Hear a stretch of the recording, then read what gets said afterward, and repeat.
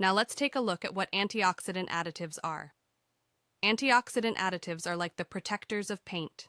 They work chemically to prevent the oxidation or corrosion of both the paint and the surface it covers. Imagine you're painting a metallic surface and want the paint to stay fresh and bright for a long time. Antioxidant additives are your allies in this task.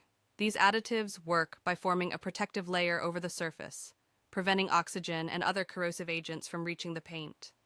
Some antioxidant additives contain chemical compounds that react with free radicals and prevent them from damaging the paint. Other additives can create a physical barrier that blocks the passage of oxygen and moisture to the painted surface.